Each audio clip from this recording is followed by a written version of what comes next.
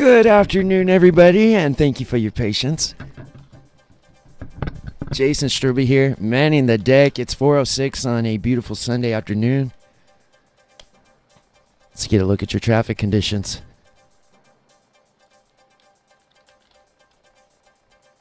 Northbound 1 to Santa Cruz. Looks like we're below the limit through Aptos.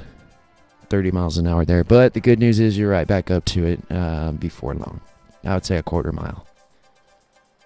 17 heavy stuff northbound right now as you approach the Lexington.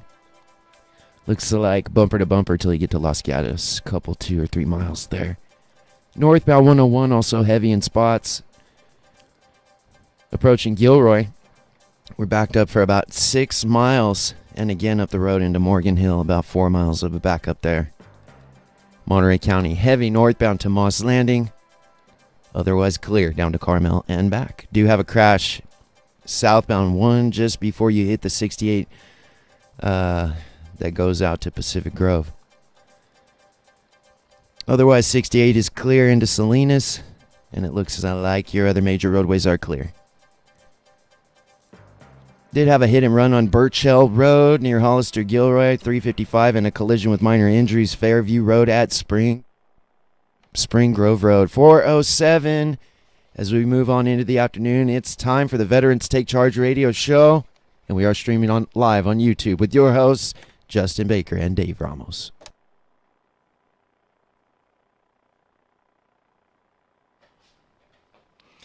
Despite disagreements, there still is promise in politics. Politics and the successes still have possibilities. Despite my own personal frustrations or fundamental consternation, there is still hope. Don't ever lose hope. Please, please, please maintain that situational awareness. Look out for your battle buddies. Reach out. Talk. Maintain that hope. My name is Dave Ramos, and I pledge allegiance to the flag of the United States of America and to the republic for which it stands, one nation, under God, indivisible, with liberty and justice for everyone. Welcome to the Veterans Take Charge radio show. Wait a minute!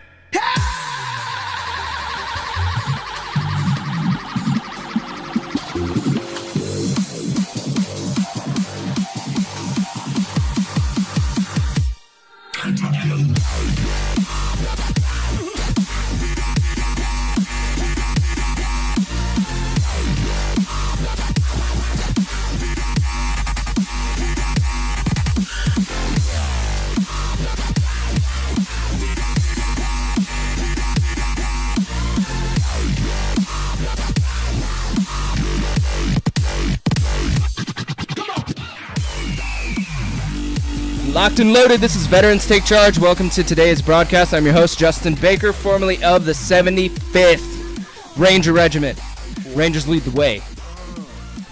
Let's do a brief after-action review of last week's show. We had a handful of people in studio.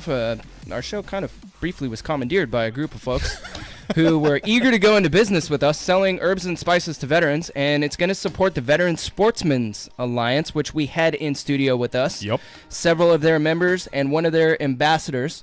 We told an amazing story on air of veteran And medic. And improvised explosive device explosion survivor, Brian Christopher. He was hit hard in Iraq. Or was it Afghanistan? He was in Afghanistan, I believe. So he got blowed up. Bad one. He lost 2 limbs. He lost a finger. He has severe traumatic brain injury. And I got to tell you, folks, he was in studio with us with the biggest smile on his face the whole entire time. Super uplifting, motivating individual to be around. He's been through hell and come back to tell the tale. So it was good for us to have him in here. I've got to tell you all that the Afghanistan and Iraq veterans, many of whom have been injured severely, they deal with it better than I have ever seen anyone deal with life-changing injuries. And it's totally motivational for me because I realize we all have problems, but some of these guys, the things they've been through, they make my problems seem so minute that they're non-existent. Yet, he was in here with us the entire show telling his story, and he has a little trouble speaking, but he did the best that he could, and he did it with the best attitude you could imagine. A lot of that goes to the Veteran Sportsman Alliance. You know, we had them in here, and what they do is, I mean, they take veterans out to go hunting or fishing or do some sort of an adventure or have an event. You know, they're doing stuff with race cars now too, and the enthusiasm that they bring when you're with the VSA, you are part of the family, and that was made very apparent to us, which I am very, very stoked about. Yeah, it's a great organization. You should check out that broadcast at zbsradio.com. The air date was October 15th, 2017.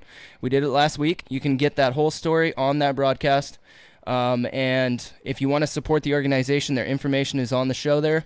Yeah, I'm gonna Feel give a free big to do so. Yeah, I'm gonna give a big old virtual high five to Brett Johnson, because what he's doing, the initiation, the origination of the Veteran Sportsman Alliance, you know, it was almost reluctant. You know, he was laid up because of an injury. You know, so he has this parallel that's very similar to a veteran going through the healthcare system, getting addicted to opioids, prescription meds. Yes. And then it was his daughter who was like, "Hey, let's help people. Let's help veterans." Yeah.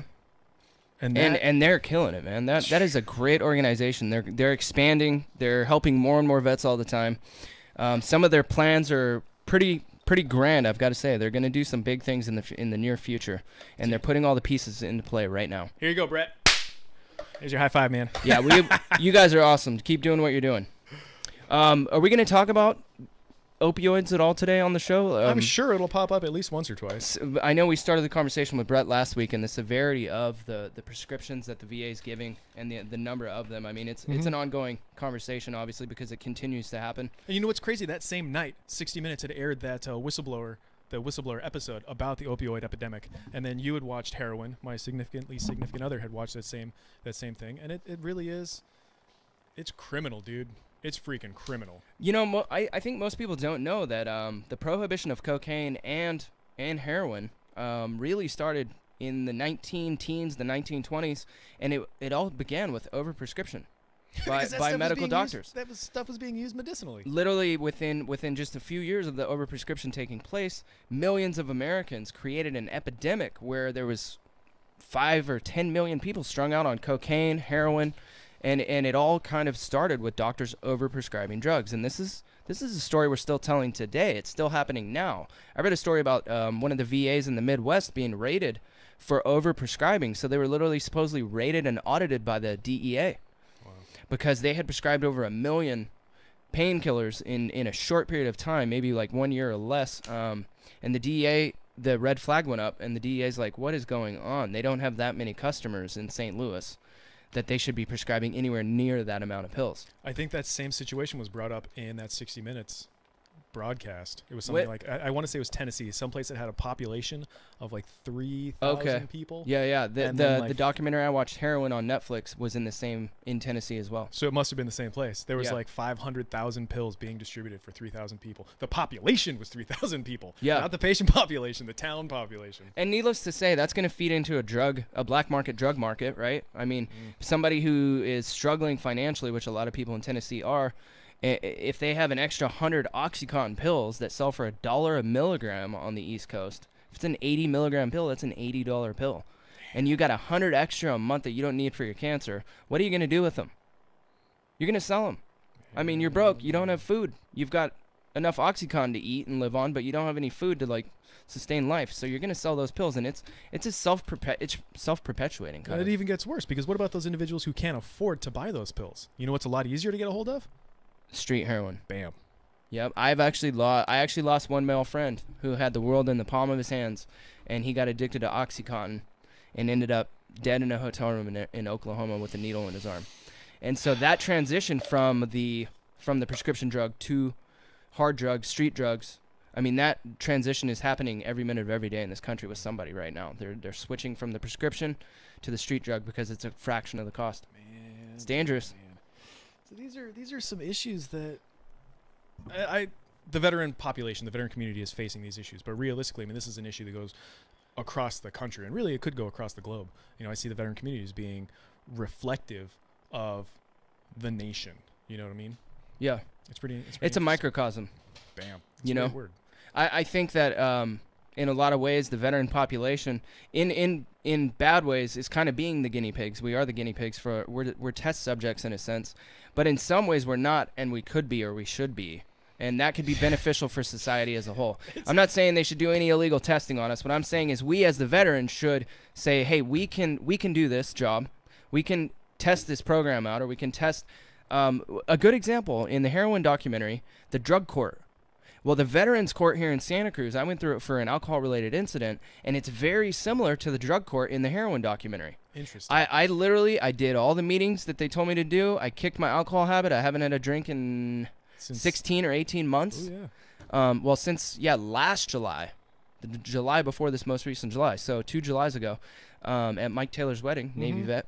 That was my last time drinking, and I literally, when I graduated from that program, I got a standing ovation from everyone in the courtroom. Wow. And I made the program look good. I showed up in a suit and tie. My hair was done. I was clean. I had no dirt under my fingernails. I was able to talk to the judge without slurring because I had quit drinking months prior to the court date. And the judge was like, "Good job, soldier," you know. And one of the judges running the drug court here in Santa Cruz County is a former Army Ranger. Oh. So me and him kind of hit it off, you know. Nice. But the drug court in the heroin documentary was very similar. You know, the judge wasn't being mean, wasn't being an ass to anybody. She was literally patting them on the back when they did good and telling them, you know, you messed up. If you're not honest with me right now, I'm putting you back in jail. But if you're honest, I'll only put you back in jail for 24 hours, like a little slap on the hand. Huh. And then tomorrow I'll take you back into the drug court system and you can start over. Nice. Just tell the truth, you know. So anyway, these programs are the types that I'm talking about. We can be the guinea pigs of the Veterans Court program, and we can do well with it. It's funny that you mention us being the veteran community being like guinea pigs for the rest of the country, because taking care of war fighters, taking care of our brethren, taking care of the veterans, that in itself dates back almost 400 freaking years. And What? It's gone through many, many iterations. You mean like a VA type system, or? Coincidentally, yes. I mean exactly the VA. No. Did you know that the VA, as the VA we see today, was established on March 15th, 1989? 1989. 1989. That's when the VA, as we know it today, it came into itself. But taking care of warfighters dates all the way back to 1639, back when the Plymouth Pilgrims were fighting the Pequot Indians. Interesting. Yeah, it is. And we're going to talk about all that in this show, in this broadcast. But real quick, I want to hunt the good stuff, man. Yesterday was the 21st of October, and it was the 5th annual Honor Our Fallen Run. If you're watching on YouTube, if you're watching on Facebook, you can see this sweet shirt that I got on. I was thinking about it today. It's blue and yellow because it's honoring the Blue and Yellow Star families. Honor Our Fallen Run was all about honoring our fallen, honoring our brethren. There was a 5K and a 10K, and in Fort Ord, you know, the meeting spot was over at the VA Center, the new VA clinic, which was freaking perfect and outstanding. And once you go over the overpass was lined with crosses and pictures of our fallen comrades. Wow. Dude, it was huge. Is there any video footage of that? I'm sure that there is. I know that I saw cameras and camera people and video people. And I wasn't with my camera. I didn't want to be that guy. You were too busy around it now. I was too busy moving. I was walking. you walked a 5K? I walked a 5K, man. Chum. You're constantly training. Why'd you walk? Because I'm constantly training. I needed a break. Oh, okay. Anyway, it was great to see everybody out there. Jimmy Panetta was out there. He was a keynote speaker. I saw Colonel Brown talk to a whole bunch of people. Army Ranger? Yeah, it was freaking rad. Jimmy Panetta, Navy vet, Navy intelligence, local congressman. Was he Navy? He was Yeah. Army. No, I think he did Navy Spec Ops. Navy intel stuff. I Either believe way. is what he said on the show. Either way, it's in the yesterday- archive. Look it up. ZBSradio.com. Veterans Take Charge. Bam. That's what's up. It was great. It was absolutely great. It was great to see all those faces. They doubled the population of people that had raced this year than was there last year. Wow. There was over 1,000 people out there. That's huge. It was great. All kinds of 100% growth. organizations. I love it, man. Good stuff. Good people doing good things for the veteran community. Hunt the good stuff, folks. Hunt the good stuff every single day. This is the Veterans Take Charge Radio Show. We'll be right back.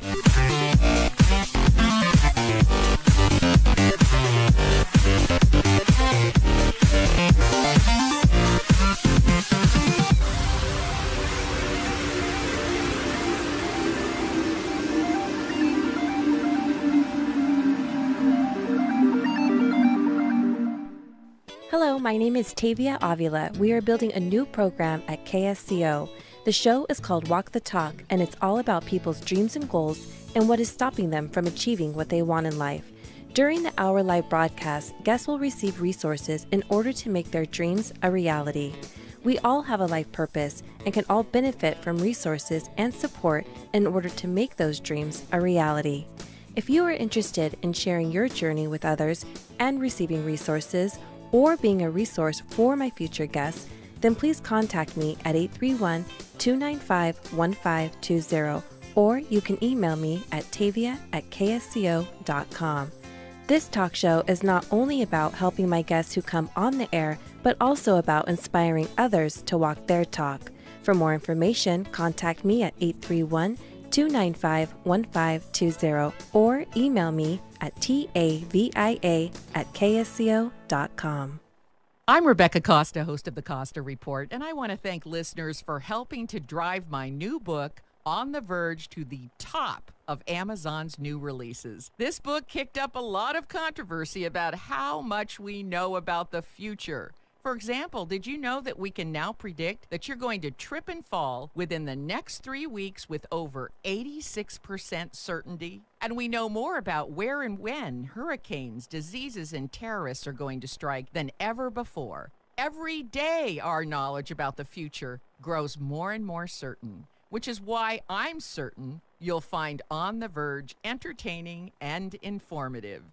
So if you haven't picked up your copy yet, please take a moment to visit Amazon, Barnes & Noble, or your local bookstore and pick up your copy of On the Verge. There's still time. On the Verge, available at bookstores everywhere. So if you haven't grabbed a copy yet, pick up your copy of On the Verge.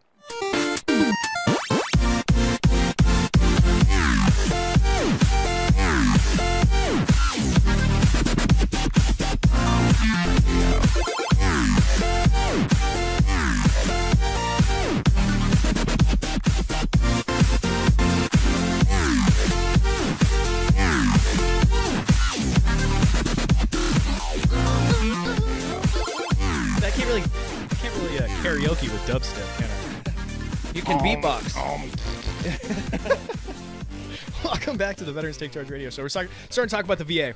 And the VA has gone through many, many iterations. Once again, it's almost 400 years old. And the concepts of taking care of our war fighters is almost 400 years old. And it's gone through many iterations and evolutions to get to what we now know today as the Veterans Administration, the Veterans Affairs Administration. You know, and it's actually made up of a couple of different organizations right now. It's the Veterans Healthcare Administration, the Veterans Benefits Administration, and the National Cemetery. It's not called National Cemetery, but essentially it's cemetery benefits as well. And those are the main areas of focus for the Veterans Affairs, right? Mm-hmm. It again, going through as many iterations as it has, it's gone through a lot of controversy, a lot of corruption, a lot of mismanagement. You know, it's gone through literally gone through every single war that America as we know it, as we have come to understand it, has gone through here today. Since we were colonists. Yeah, exactly. So they're fighting the Pequot Indians. And after that war ended, there was people that stayed injured for the rest of their lives. Mm-hmm. And that was where the initial organization was founded. I mean, I never knew that it was anywhere near that old. And I've got to say, they deserve an even bigger slap on the hand than I ever thought for taking 400 freaking years to get their act together. Oh, man, that's exactly where this broadcast is going, dude. So originally it was like, we're going to give you land. Anybody who was injured. Not anybody who served, but anybody who was injured. And, of course, there's people that had served who didn't receive anything. That caused an issue. And then, you know, again, through multiple iterations, through the Revolutionary War, Civil War, and whatnot, we're going to give all the non-commissioned... No, as you were. We're going to give all the non-commissioned personnel $8 a month, and then we're going to give all the officers $20 a month. So they were doing as a pension. flat rate. Now this is everyone that's injured, though. It's not a retirement fund for everybody. Exactly. It's only for the injured. And this is still hundreds of years ago. You know, man, I guess I can't complain too much. I'm getting way more than $8 a month. I wonder, as I'm thinking about it right now, I wonder how much that would be adjusted in today's standard. Oh, if it was in today's money, it'd be the equivalent of making $80,000 a month. I got to think about that one for a minute. They paid the Warriors well back in the day. Now it's kind of, you know. And one thing I thought that was kind of interesting, again, getting back into corruption, mismanagement, and like what constitutes a veteran, a warfighter. You know, the Civil War was America against America. You know, states' rights, federal rights. We're going to try and end slavery and keep property and blah, blah, blah, blah, blah. You know, love it or hate it, the Civil War happened for the reasons that it happened. But the Confederate soldiers didn't get recognized for benefits until 1953. Think about that, man. The Civil War was in the 1860s. Those soldiers were not recognized and were not given any kind of benefits until 1953. And of course, it took a whole lot of stuff to get to that point. And I'm pretty sure there was something like one Confederate soldier left when they finally passed all that recognition law. I think Civil War ended in 1854 or something like that. No. It was like 1869, I think. Oh, okay. So like 90 years. Man, I thought my 12-year wait was bad for that guy waited 90 years for benefits. So anyway, for this next few minutes, I really want to try and hunt the good stuff and talk about what the VA is supposed to do. You know, a couple of years ago, we talked about what the VA does. We had a nice little segment on the VA, and essentially, it's all about benefits, healthcare, and cemetery benefits, death rights, you know. But the VA does take care of educational benefits and vocational rehabilitation meant for service-connected disabled veterans to attain and maintain employment. For pension, anybody who is not service-connected but injured in life, the VA can compensate for pension type stuff. Home loans, life insurance, of course, service-connected disability stuff. You know, the VA, when the VA is right, they do take care of their own. They take care of veterans, and they very well should. I think it was President Lincoln that originally gave the VA their motto, which was to take care of the warfighters and their families. That's not at all what he said, but essentially that's what it was. And your benefits have worked well, right? I had a smooth process. It was a timely process. It took 22 months when they told me it was going to take 12, but for the most part, I didn't run into too many brick walls. And how's the GI Bill been for you? I graduated college with my GI Bill. Did you ever? I noticed when I was going to school on the GI Bill. For me, the GI Bill has worked more smoothly than anything else I've ever done with the VA.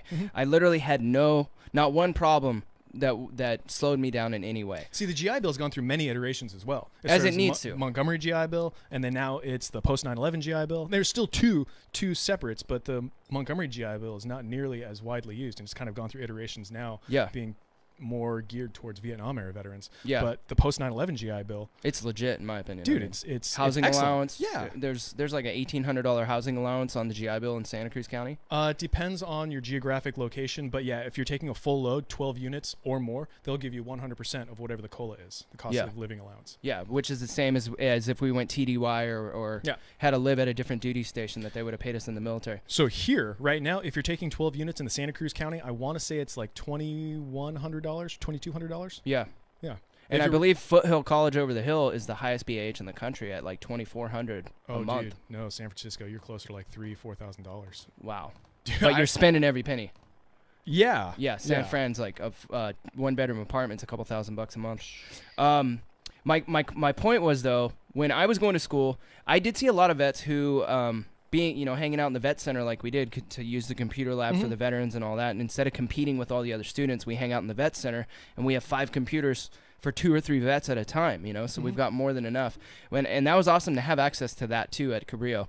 But I constantly was hearing veterans coming into the vet center who were saying, you know, oh, my money didn't hit this month. They held up my GI Bill. Well, the thing about the veterans, from what I witnessed, was most of them are taking a full load plus 5 units. They're taking 18 to 21 units, right? They're maxed out, right? They're doing 60 hours a week of class and homework. And when they don't get their monthly BAH GI Bill benefit, they don't have a job. I mean, they cannot have a job with 21 units of classes. It's just not possible. That's over full-time work. You're doing at least 20 hours a week of homework and 40 hours a week in the classroom. Yeah, dude, every one unit, they say, like, as a blanket standard, every one unit of college work that you're doing, you should be doing 3 hours worth of studying and homework. Yeah. So 21 units? I mean, we're talking That's like 65 hours a week. You should go back to math school. Approximately. What, 21 times 3? Yes, 21 times 3. Would be 63 hours. There you go. Okay. Yeah, said I rounded up. Because I read slow. So it would have taken me an extra 2 hours to read that 63 hours worth of stuff. Anyway, yeah, so the VA, when they're on, they're very on. When they're off, I mean, we're going to talk about when they're off. And the reality is people die. We've been talking about when they're off every time we talk about my VA issue for the last 2.5 years. That's why we're not going to talk about it right now. Let's talk to a veteran on the phone. Presumably he's a veteran. Let's talk to Tom in Salinas. Tom, welcome to the Veterans Take Charge radio show. Yeah, I'm a veteran. Outstanding. Proud and steadfast. Thank you for your service, brother. So, you know, there's a lot happening at the VA clinic in Monterey. Mm-hmm. You know, the new building, new processes, new procedures. A lot went into that. They're trying to revolutionize the process itself, and this facility is supposed to be like one of the brainchilds, one of the standards. Well, yeah, everyone's got their hand in the bucket because Monterey has consistently been one of the highest rated VAs in the country, and so when they want to do research and stuff, they think, well, good chance there. The problem is we have one of the lowest nursing satisfaction rates in the country. But Really? one of the changes that happened, and I'm going to give a shout out to Representative Wilson here. And she's been in a lot of controversy lately, but let me tell you, she stands up for vets. And that VA system there, she holds them accountable. Good. And she's when this whole fiasco happened with Phoenix and the timelines and stuff, and we're having hearings in the Senate and Congress, or especially in Congress, when they had their hearings, and they were going to do all these changes, and she just chewed them out. Said, you do what you want on every VA across the country, but you leave my VA alone, because she had it fixed. And Congresswoman Wilson? Yep. Who? I'm going to look into this individual. And she's the one who's overheard the conversation this week. You've heard about that, right? I can't say that I have. Go on, though. Well, because she was with the family of the fallen soldier from Nigeria. She overheard the conversation with their president. Oh. And reacted to it. And she is just a dynamo when it comes to vets. In fact, nurses from the Monterey clinic, I don't know how many, but they were sent to that VA clinic to study how things are done right and to get examples and bring them back to Monterey. Outstanding. And so when it comes to supporting it, I think that she hasn't been recognized for that. And, she wears that silly cowboy hat, and she is kind of wacky. But, boy, if you pick on a vet or if someone's mistreated in that VA, she holds those administrators accountable and gets things fixed. She's a California congresswoman? She has a congresswoman? following there. No, it's Florida. Florida. Okay. I actually did hear about her in the news this week, now that you mention it. I wasn't sure exactly who you were talking about, but as soon as you said the crazy cowboy hat. Yeah, well, if you missed this week, you're lucky. You're pretty lucky.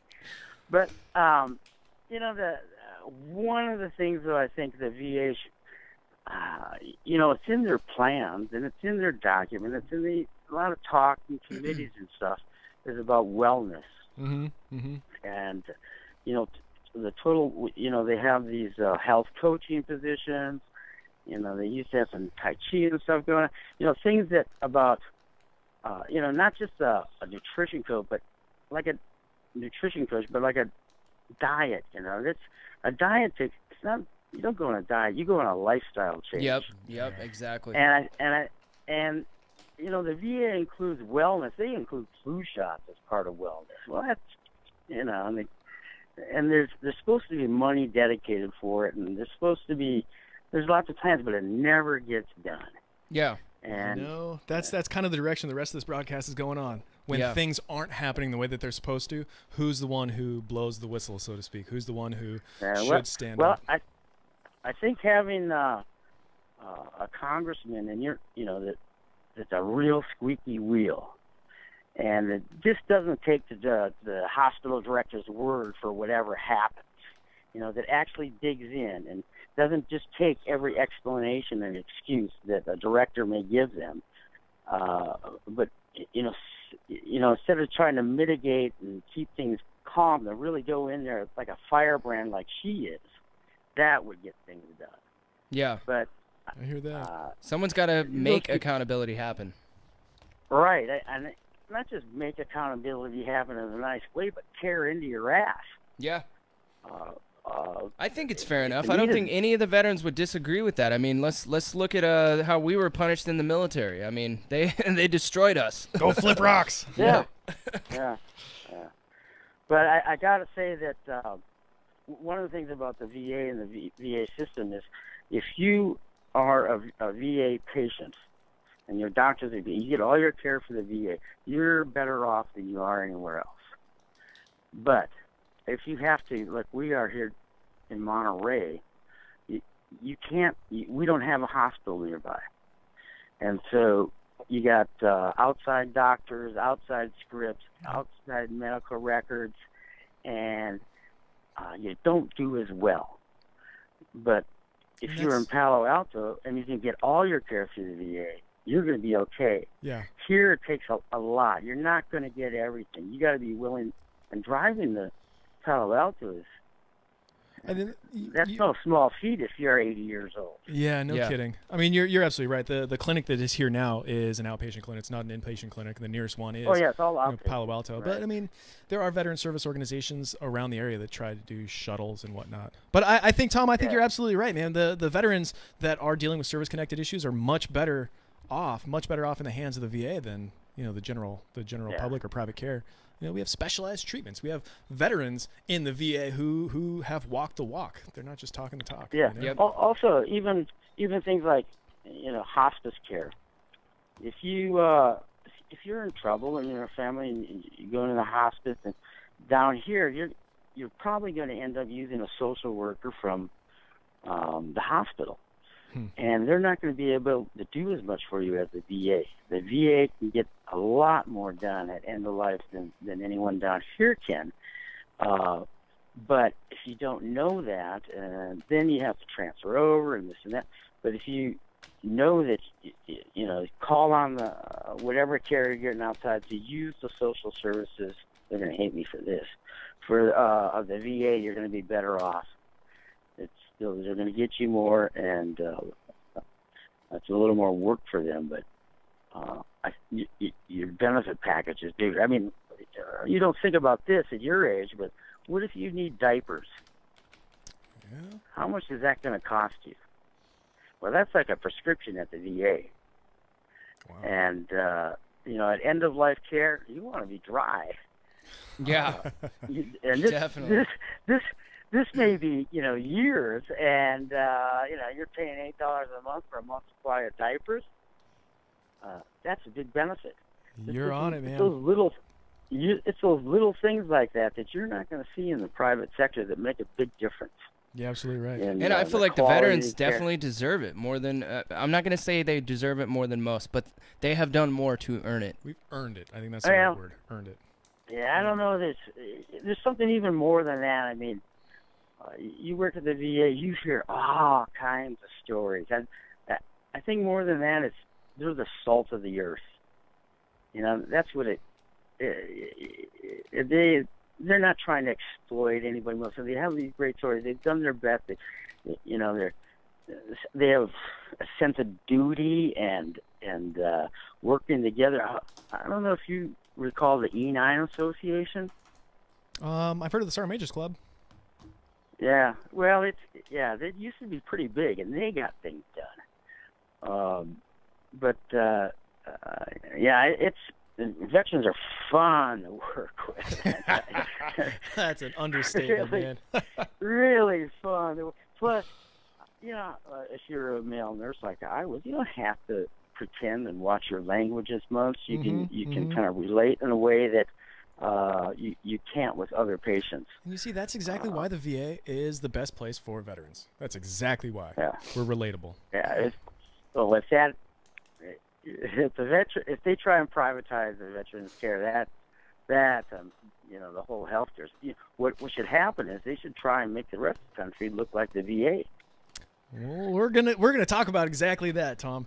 Hey, man, thank you very much. Thank you very much for your call. We're getting ready to go to a break in a few minutes or a few seconds. Sure. Bye-bye. All right, Tom, thank you very much for calling in. Man. A lot of good points. Yeah. See, this has to be an ongoing discussion because there is so many pieces and parts. Some of them are moving and some of them are not moving yet, but there's so much going on. He brings up a pretty darn good point. I think the overarching thing that I'm coming away with is like the VA is the best place for veterans to receive the care and the benefits that they have earned. The question is, though, I mean, if the organization has in any way been alive for 400 years, I mean, why are we losing 22 guys a day? Why are there so many veterans that we've networked with on this show, through this show, with horror stories? I'm one of them. You've got a good story to tell. My story has been absolutely difficult for 11 years, and I have all the evidence to back my claim up. So It goes both ways, and that's why we're a good dynamic here, because we're on both sides of the spectrum. Man, I'm gonna give you a high five during this commercial break. Hoorah. When we get back, let's talk about Donald Trump draining the swamp, because I'm gonna give him the benefit of the doubt and talk about something good. Okay.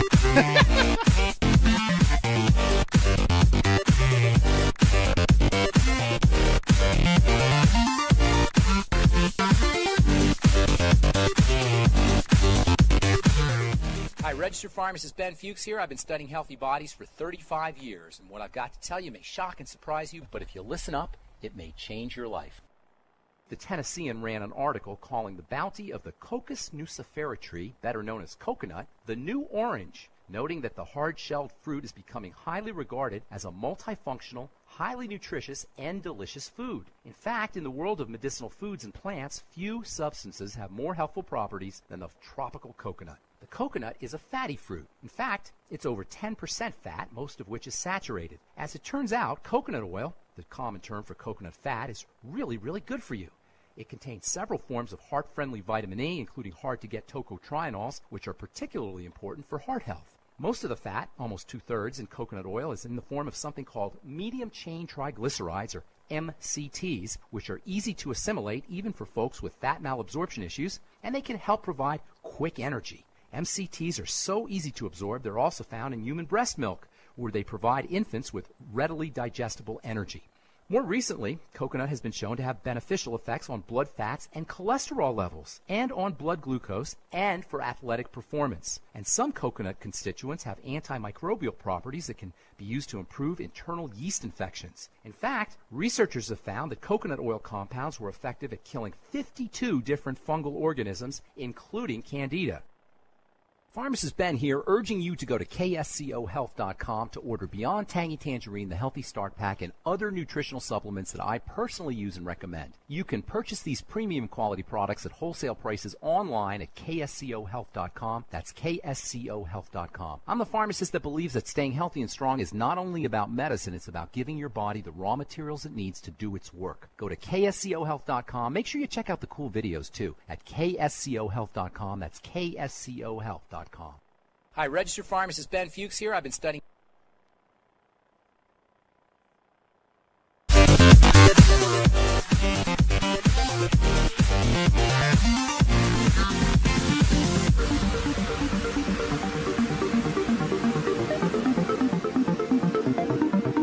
Ladies and gentlemen, welcome back to the Veterans Take Charge radio show.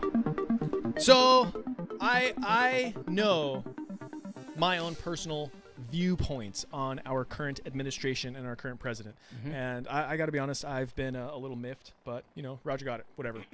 We are all entitled to our likes and dislikes. But I'm going to give him I'm going to give him a virtual high five. So, bam, President Trump, there you go. And it's because he has said that he is going to reform the VA. He's going to drain the swamp of the Capitol Hill, Congress and whatnot, but also of the VA. Get rid of all of the people that are not doing what they're supposed to be doing, not fulfilling their promise of duty. Yeah. You know what I'm saying? So in June 2017, June 23rd to be exact, S1094 was passed into the law. The Department of Veterans Affairs Accountability and Whistleblower Protection Act of 2017. And this is making it a whole heck of a lot easier to remove the individuals from their employment who are failing our veterans while still maintaining their rights as employees. So we're not just going to you did what? You're fired. Bam. And then, treading on their rights as an employee. Wait, I thought employers have a right to fire bad employees. Yeah, they do. So But it's got... what rights do you have as a bad employee? I wish that I could adequately answer that question properly. But there are employee rights and civil rights that employers cannot infringe upon. Think about this also. They're all federal employees. When I was working in the military medical facility, all of our civilians were all unionized. So the union also acts to protect their employees and have their employees' rights, in mind. Yeah. Anyway, but if your employee sucks, man, I think the union should just bail on you and leave you hanging. I wish. Oh my God, I wish. Especially when vets' lives are on the line. I mean... So this is kind of interesting because the VA fully recognizes that there are bad apples in the bunch. Of course, being that it's the VA, they're making things a little bit more frilly. We have a lot of really good employees and only a few. Well, and that's only the a few truth. bad They employees. do. I have to be honest. When I go to the hospital at Palo Alto for just appointments or hospitalizations, for the most part, I'm satisfied with the care that I get. Good. It is the administrative side of the house that has caused the most problems in my life. It's the paper pushers. For what it's worth, I'm glad that it was the administration that was your challenge, because the background of this bill that was passed, this law that was made the background says, in part, VA's arcane civil service rules have hampered the department's ability to dismiss an employee that has been engaged in an armed robbery, or to discipline a VA nurse that participated in a veteran surgery while intoxicated, putting major construction plans very well behind schedule, as well as several $1 billion over budget. Like the VA straight up recognizes there's some significant issues. But this bill is designed to strategically and efficiently remove those employees. So again, I just want to kind of give Donald Trump a virtual high five for... That's a first. Yeah, I know, right? Finally. I just got chills. I dude. wanted to say praise Jesus and praise President Trump. Roger, got it. So, with that being said, again, I kind of want to dig into the history of why this is all coming up. And this history is not going back 400 years. I'm going to start at roughly 1932. I highly encourage everyone to look up the history of the VA. The VA will give you the history of the VA, which is very nice. We've done so much. We've helped so many people. And it's true. It's very true. But when you're talking about the VA to the VA, what are they going to tell you? All the good stuff. So anyway, bottom line up front, check your sources. Check your sources. Check your sources. But when it comes to the controversy and the issues regarding the VA and the benefits and the pension and the assistance they're supposed to be giving to our veterans, it started, the controversy and the issues started hundreds and hundreds of years ago. Roughly around, I'd say, 1640. Which is, 3 months after the VA officially opened? Literally, there was... just listen to this. Just listen to this. This is just to outline a few of the issues. And again, I don't want to bash completely the VA, but I think that it's extremely important for us to understand their history, because that history is our history, and we need to learn from our mistakes and not continue to spiral around that same downward circle, or circle around the same downward spiral. So in 1932, thousands of World War I veterans and their families marched on Washington to demand payment of promised war bonuses. Now imagine this. If you've got a bunch of World War I veterans marching on the Capitol because they have something that they are willing to protest, they want to protest, listen to this. In an embarrassing spectacle, federal troops forcibly removed veterans who refused to end their protest. Now imagine that. A bunch of veterans being faced with active duty federal troops. Is that not... I have to be honest, man. That's one of my biggest fears happening today, is like that our own active military would draw down on us. That's exactly the thing that I think we should try to avoid. We need to understand our history so that right there doesn't happen. Because I've thought about that same when that went down. Do you know who the commander was? In 1932. Was it Eisenhower or was it Patton? I believe it was President Eisenhower when he was an up-and-coming colonel or something like that before World War II popped off. Active duty as a president? It was either him or it was Patton, man. They were like the ones that led the active duty troops that went in and took down the veteran shanty huts. They tore down the veteran city that they had built outside of the White House or outside of the Capitol. Wow. Yeah, they drove through with tractors and tanks and just like pushed all their crap off the street and were like, your protest is over. Veterans. Sounds like Occupy and these are a bunch Street. of World War I guys who a bunch of them are missing limbs and faces and all kinds of stuff. And literally, someone who would become the president or a general in World War II was the guy who pushed his own veterans out of the way. Wow. I saw that on a documentary recently, and it blew my mind. Wow. Because those are the exact type of people that active duty service members are going to be someday, and should be trying to help while they're in service if they can. Oh yeah. Let's see. In 1945, President Harry Truman accepted the resignation of VA Administrator Frank Hines. 1946, American Legion leads a charge seeking the ouster of VA Administrator General Omar Bradley. 1970s, veterans were growing frustrated because Agent Orange issues were not being properly met. Donald Johnson in 1974 resigns after President Richard Nixon announces an investigation into the VA operations. The reason I'm bringing those ones specifically up is because this is the moment in these individuals' histories where they were like, oh, I think I should resign before stuff gets even more out of hand. Yeah. And that continues. And again, thank you for saying that. That's exactly my point. I really hope that our current VA administration, Bob McDonald, is not one of the ones to be like, maybe I should back out real quick. I really hope that he's the dude to be like, you know what, there is an issue and we're going to fix that issue. Maybe what we need to do is what we did in the military when the buddy effers F their buddies, right? The Blue Falcons. We need to towel party these guys. We can't call for violence on the radio, so I'm not calling for violence. I'm just saying, maybe they need to be beaten a little bit. It's a suggestion. I'm not saying to take action, people. No, I mean, I'm just saying, like, there needs to be some sort of consequence. And obviously, being able to quit the job because they've been failing all along and now it caught up with them, that's obviously not the most stern punishment that these guys could be getting. This is why peaceful protests should be widely allowed and accepted. This is why we've seen what happens. Active duty troops come in with tanks and tractors and they break down your shanty town if you're a peaceful protester. That doesn't seem to be really working in our benefit these days. We got a couple of phone calls. Or ever, for that matter. In less than a few minutes, so let's rock and roll. Let's talk to Daddy Bear. Hey, but Daddy Bear, I think I've heard you on Georgia's program. Welcome to the Veterans Take Charge Radio Show. Yeah, I called once about the USS Liberty. Oh, yeah. We were going to broadcast about that. Welcome back, Daddy Bear. Yeah. Hey, the guy that ran the people out of the deal was General Douglas MacArthur. There you go. And Eisenhower was his aide, so he may have been involved in the periphery, but it was MacArthur's responsibility, and the veterans wanted to move the date up so they could get the money earlier than that was promised to them. I would love to know their mindset. I envision Of Mice and Men where the dude was getting ready to shoot Lenny in the back of the head. Yeah. Anyway. How do you feel about that action being taken against the vets who are out there just trying to get their pay? Well, they wanted to get their pay early. So do you feel like they were asking too much at that point? No, it's unfortunate, but when you're in charge of the government and all that, and things like this start, sometimes it gets away from itself. You have to really be careful. Yeah, I hear that. Definitely. You have a bunch of people killed. If you want to look up something interesting, go to Google and look up General Smedley Butler. Why have I heard that name? War is a racket.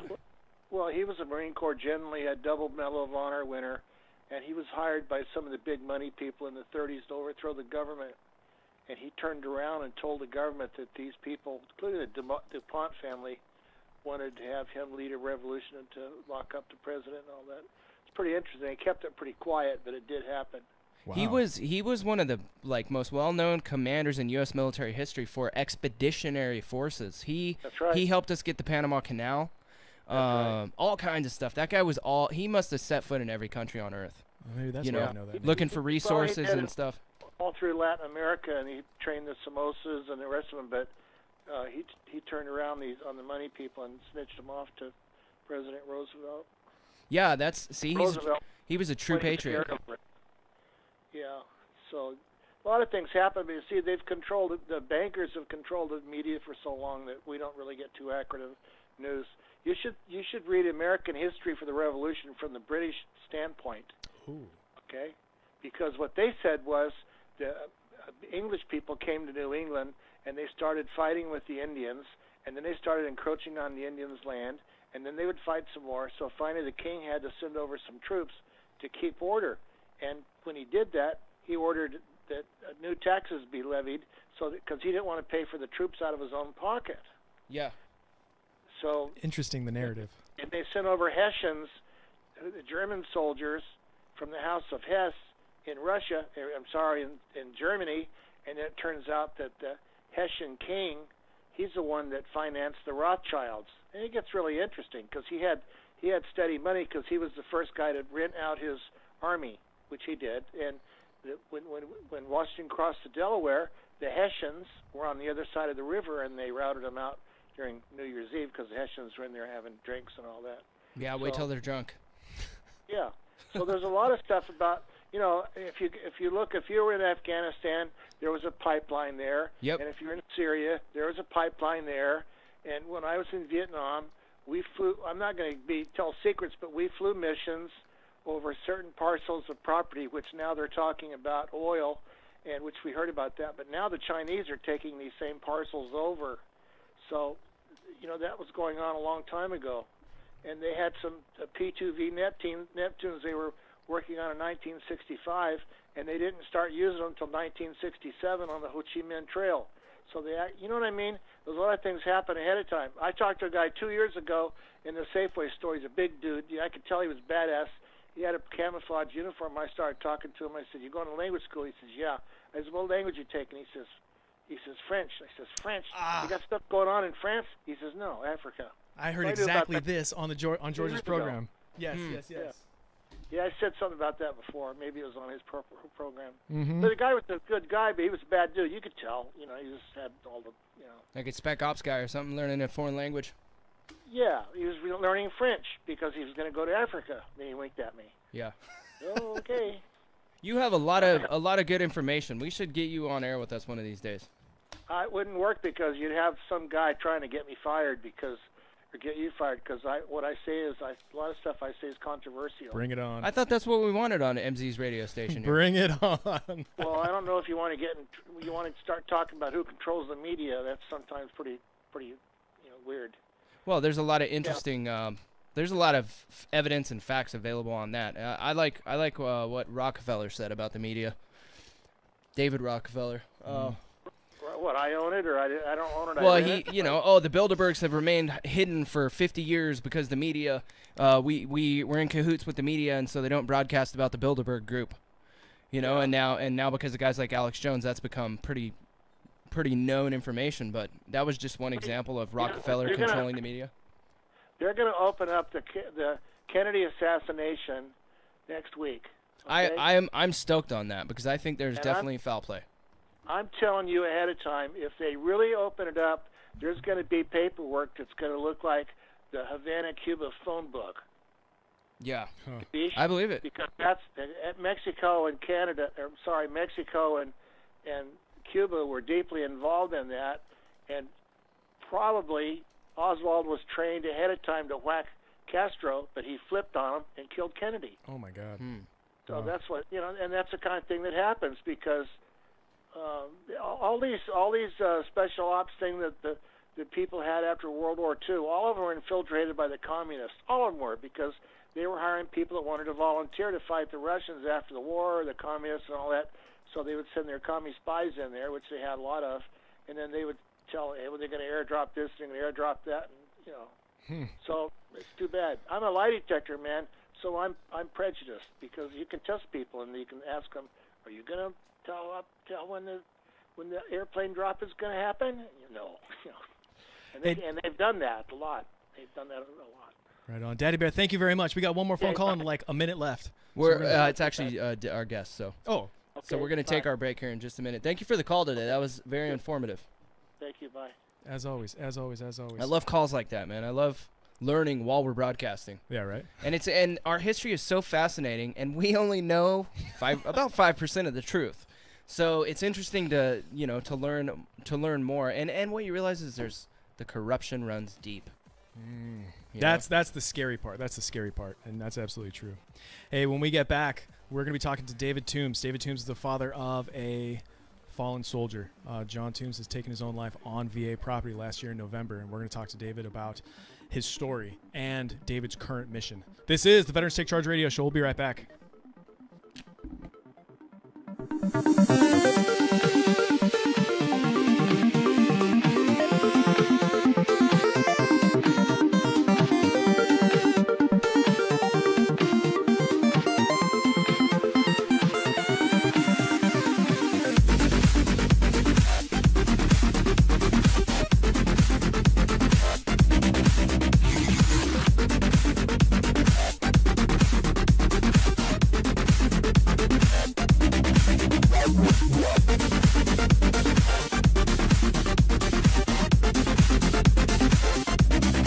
KSCO, Santa Cruz.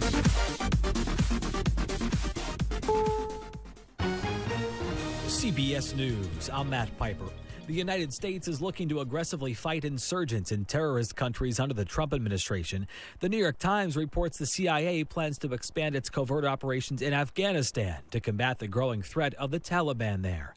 Until now, the agency's division in the country was focused mainly on training Afghan militias.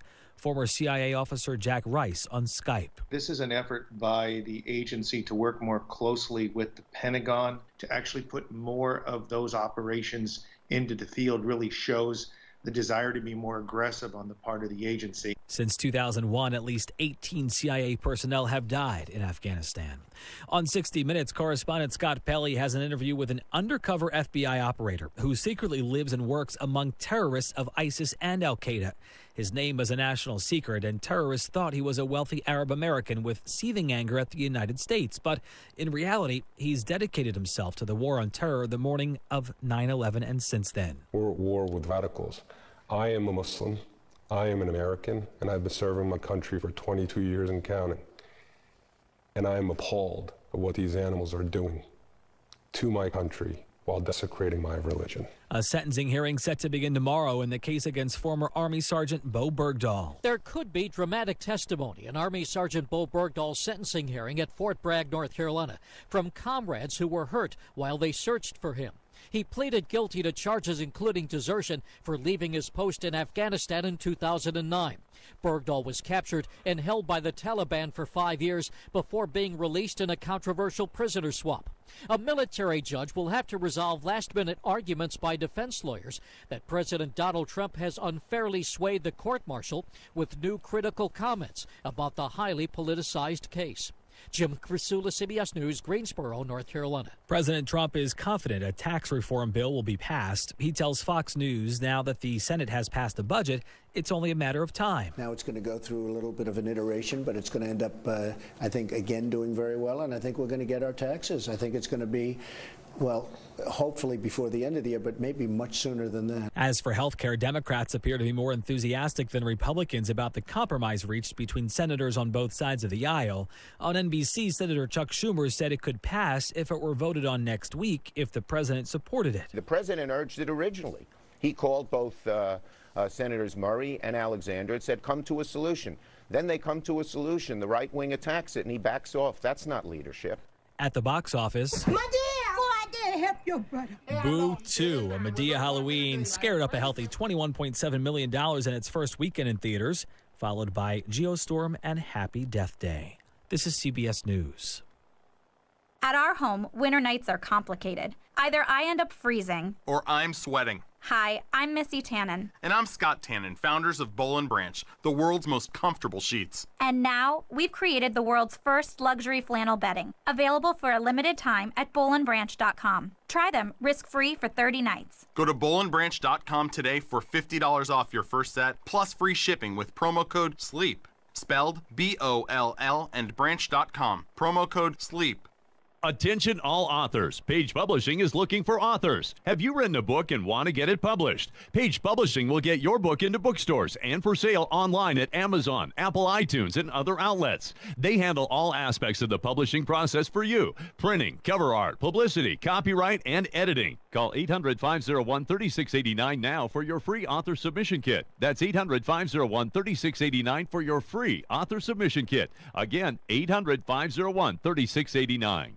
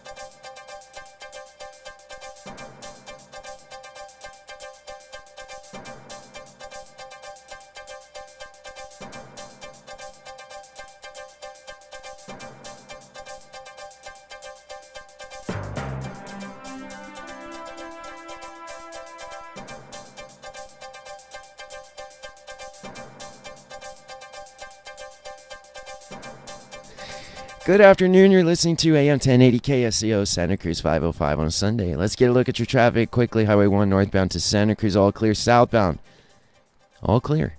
All the way to Monterey Carmel. Northbound, a bit heavy at Moss Landing on the 1. 101, heavy north and southbound near Gilroy. Actually, south of town there, you've got miles of traffic in both directions. Northbound to Morgan Hill, 5 miles per hour.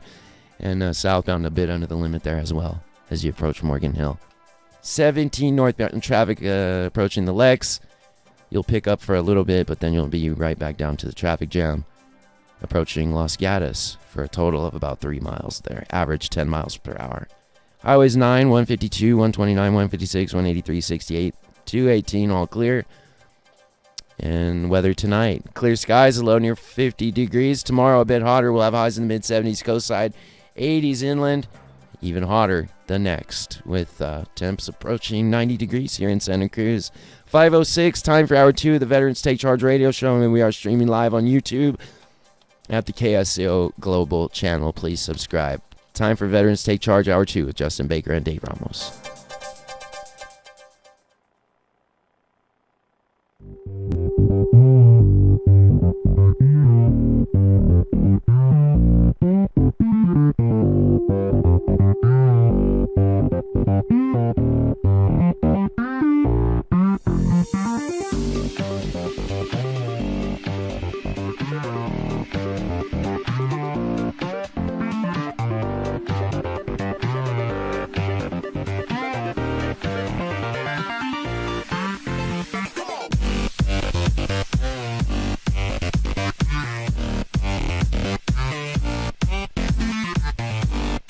Ladies and gentlemen, welcome back to the Veterans Take Charge radio show. In the first hour, we talked about the VA. We talked a little bit about legislation. We're trying to set the stage for what's going on because this next hour, we're going to be talking to a gentleman, Mr. David Toombs in Tennessee. His son took his own life. His son was an Army National Guard sergeant who had a deployment, came out, was seeking help through the VA, and without giving too much away, I mean, he took his own life on VA property. And as a matter of fact, before we start speaking with Mr. Toombs, we've got a video all set and prepped and lined up.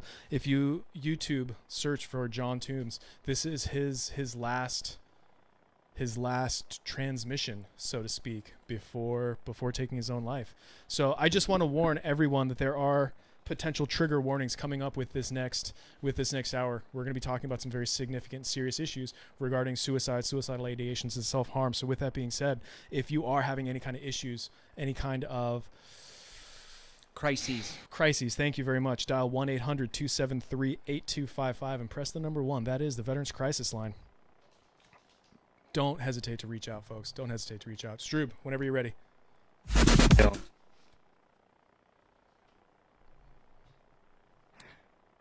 John Toombs. I'm sitting up here at the Alvin C. York VA where earlier today I was discharged for trivial reasons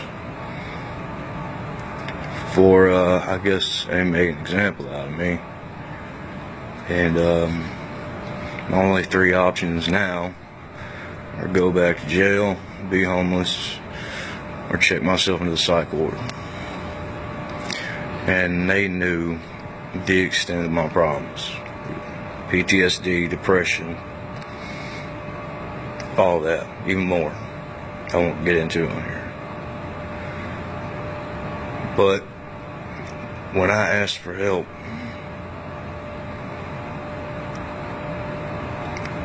they opened up a Pandora's box inside of me and just kicked me out the door. That's how they treat veterans around here.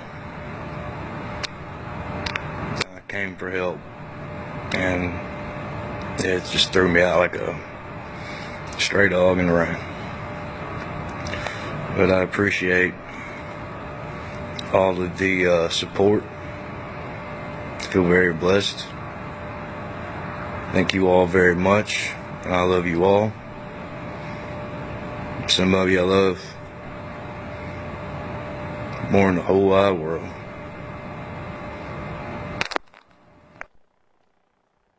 And there you go. That was the last video and the last social media presence, to my knowledge, of former Army Sergeant John Toombs. And with that being said, I want to welcome, with a very big, proud and steadfast, warm, open heart, to Mr. David Toombs in Tennessee. Sir, welcome to the Veterans Take Charge radio show. Thank you. How are you gentlemen tonight? The question is, how are you, sir? I'm okay. I hear that. About as good as you'd be expected. Well, sir, I want to thank you once again. I want to thank you very much for being here on the radio show and sharing your story, sharing your son's story, and what kind of an impact that has made on you, what he had gone through, what the VA it was supposed to do, what they did, and ultimately what has become your mission. You know, you were a recent keynote speaker at the Spartan Alliance Warfighter Gala, and that's kind of amazing. So for that, I want to give you a virtual high five. Thank you. I appreciate you having me on your show. And yes, it was amazing. It was humbling. It was intimidating. You know, it's to me, it was a different world because, you know, I was amongst a lot of veterans and their caregivers, and you know, here I was seeing men and women that were confined to wheelchairs. Some had a limb missing. Some had all their limbs missing. Wow. And you know, and I hate to use the term disabled because someone like that can get up every morning and just keep pushing, that's not disability, that's almost superhuman. I'm glad that you said that. That is very abled to overcome those kinds of challenges and adversities. That is very abled. It was very inspirational. Yes, I mean, it's, you know, made me think twice about deciding to call into work and go fishing because I don't feel like it. Wow. Well, I think that we should start from the very, very beginning. I mean, even before asking about why John decided to join the military, does your family have any kind of military history, military experience, or a network? No, my granddad actually served as a tail gunner in the Navy in World War II. Wowee. And other than that, of course, we've had a couple of cousins that was in the military. But John, actually, when he was in high school, he was with a program. It was the Marine Corps recruiters that would come over there and work out with a few of the guys a couple of days a week. And that's how they get you. Yeah, and he actually quit high school right before he was eligible to graduate because they just couldn't keep his interest anymore. Oh, no kidding. And no, and so about a year later, he went and got his GED. And of course, the Marine Corps, you know, won't take you with the GED. And so that's when he got to talking to the Army and the Army National Guard, and he decided to go with the National Guard. That way he could, you know, see what it was like, and if he liked it, then, you know, make a decision. And he just stuck with it for about 6 years. I hear that. Well, 6 years. Nice. When did he join the military? I guess it was around 2007, 2008. Trying my memory, I think it was around then. Okay. 2006, 2007, something like that. Yeah, I'm trying to think about what was going on around that time frame. You know, obviously there was the recession and whatnot, but that didn't really have too much of an impact with people joining the military. But like Iraq and Afghanistan, you know, there was some pretty heavy things going on in that area. So in that time frame, you know, so it's to me, I mean, my personal points of view and whatnot. It's always I love it hearing why people join the military because, you know, some personnel have I wanted to go to college, I wanted to buy a house, and there's other people that are like, yo, we got beat up in 9/11, and I want to go and extract some justice. I find that to be very patriotic. Yeah, you know, the thing about it though, when he first joined the Tennessee National Guard, he actually went through military police training. And then when he found out that the 230, the Signal Corps, was going to get deployment, he swapped over to the Signal Corps and trained under that, under the communications part. Nice. And when he got to Afghanistan, of course, those positions, I guess, were just kind of he didn't talk to me about it much, but the way he told me is some of those positions were taken, so some positions came up that were basically escorts in the convoys. Oh. And he volunteered because he had military police training, so he was what he called himself a trunk monkey. He sat in the back of the SUV with his weapon and watched for, I guess it was Taliban or Al-Qaeda to roll up from behind him. Convoy security. And so, yeah, so that's what he done. And but like I said, he didn't really talk much about it at all. I really don't know if they saw any action, and if he did, he didn't tell because he just didn't go around talking about it. I would imagine. I mean, the less that anyone says, typically, there is more stuff in between the lines. You know, and that's another thing that I find kind of relatively common for National Guard and the Reserves is like, this is my job, but there's another role that needs to be filled. And if I have any similarities or any hint of knowledge in that role, I'm going to go and do that. So that's pretty awesome that he was, first off, it's extremely awesome he was trained as a military police officer. And then to be able to utilize those skills downrange, doing convoy security and stuff. It sounds like he definitely wanted action. Oh, yeah. He was an adrenaline junkie, I guess you would call it. Even when he wasn't in the military, he's always had something going on that would just make you stand back and go, "What are you thinking?" I totally want to hear something like that. What are some of his adrenaline highlights? He kidnapped his best friend one night, and he didn't know that it was him, and some other guys kidnapped a guy, had him scared to death. And then the same friend, which actually spoke at his funeral, he accidentally shot him in the rear end one night target practicing and felt so bad about it he wanted him to shoot him back. He's like, I can't do that. We got to worry about plugging me up. Oh, my God. So he was always doing something, like I said, that makes you just stand back and go, what are you thinking? Where did that come from? I think it's so funny because like I have a hole in my leg from one of my buddies. I shot a few of my buddies. A few of my buddies shot me. Friends like that who need enemies. Yeah, right. That was like medic training in the works before I even knew it. Anyway. Oh yeah. So he spent around 6 years in the Army National Guard, and when he got out, did you notice any kind of a change in his personality about like military discipline or his thought process? I would imagine he was still an adrenaline junkie, but probably a little bit, different styles of adrenaline. Yeah, you're right. Yeah, and the thing about it is just over the past 11 months, I got a late crash course on the signs for PTSD. And looking back in retrospect, yeah, there were signs. He didn't really interact with his family a lot. He was quiet when he did. And he got to where he was, substance abuse was picking up heavy. And it was a slow downhill drop that just continued until I guess last May he was living with my dad, his granddad, and he woke up that morning and found that my dad had passed away. Oh my gosh. And after that it seemed like it just really snowballed quick. And he finally just, I guess it was last August or September, that's when he just told me, he said, I can't live like this anymore. I need to get some help. And that's when, he had always, I'd always heard of PTSD, but didn't know much about it. Just little snippets here and there. And I asked him a couple of times, did he think he had it? He's like, no. And then he finally admitted, he goes, there's something wrong. He goes, I don't know if that's it. He said, but, whatever it is, the substance abuse is what I do to try to keep it down. That's the unfortunate reality is those vices to dull the realities, to dull the senses, to dull the occurrences of stimulation, I'll call it, for right now. Sure.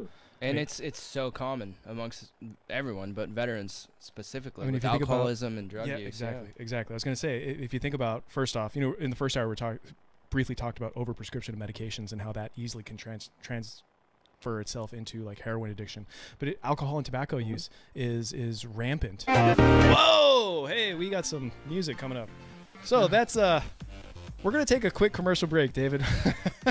Sure. Sorry about that. That kind of triggered me a little bit. This gotta is pay the bills. my bad. We'll be right back. We'll be right back. Yep.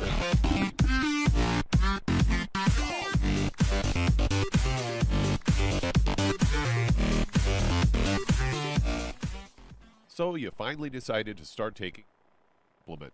Those chewables and tablets are fine if you don't mind paying for something that is only absorbed about 4 to 6%. However, a liquid supplement can have a 90% absorption rate if you choose the right one.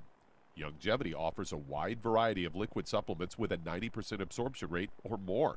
Beyond Tangy Tangerine may be the best one ever invented. It starts as a liquid that is freeze-dried like those instant coffees into a crystal. Then all you have to do is add a couple of scoops to water. No refrigeration, no fuss, no mess. Not only do you get a complete multiple vitamin, Beyond Tangy Tangerine also has minerals, and it tastes fantastic. You'll want to drink it all day long.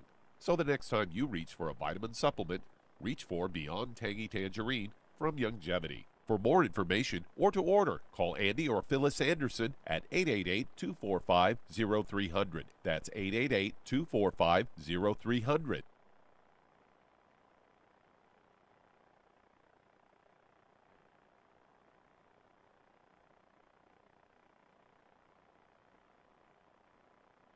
Hello, my name is Tavia Avila. We are building a new program at KSCO. The show is called Walk the Talk, and it's all about people's dreams and goals and what is stopping them from achieving what they want in life. During the hour live broadcast, guests will receive resources in order to make their dreams a reality. We all have a life purpose and can all benefit from resources and support in order to make those dreams a reality. If you are interested in sharing your journey with others and receiving resources, or being a resource for my future guests, then please contact me at 831-295-1520, or you can email me at tavia@ksco.com. This talk show is not only about helping my guests who come on the air, but also about inspiring others to walk their talk. For more information, contact me at 831-295-1520, or email me at tavia@ksco.com.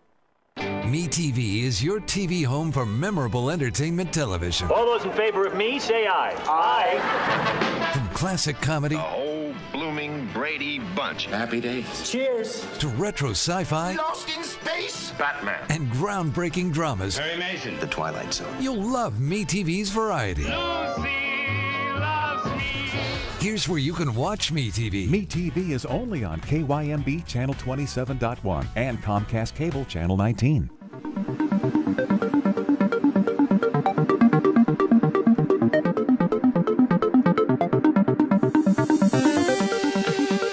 Yo, welcome back to the Veterans Take Charge radio show. So the VA outlines a couple of different specific symptoms of post-traumatic stress, and those essentially are reliving the experiences, the traumatic experiences, or avoiding triggers that elicit those triggers that remind you of a traumatic experience, and also withdrawing and isolating within yourself. And those things can manifest into so many different forms of social and behavioral issues, repetitions, and psychiatric diagnoses. And it's And there's a whole bunch of other symptoms as well. Yeah, I mean, yeah. there's not just 3 or 4. There's probably 50. Yeah, the VA. Roger got it. But we're here with David Toombs in Tennessee, and we're talking about your son John. And what I want to ask, sir, is about the timeline from when John exited the military to when he first started receiving care, and from the VA, and then to his last days. What was that time look like? Well, actually, he was, I guess, he didn't re-op from the military in 2014. And I guess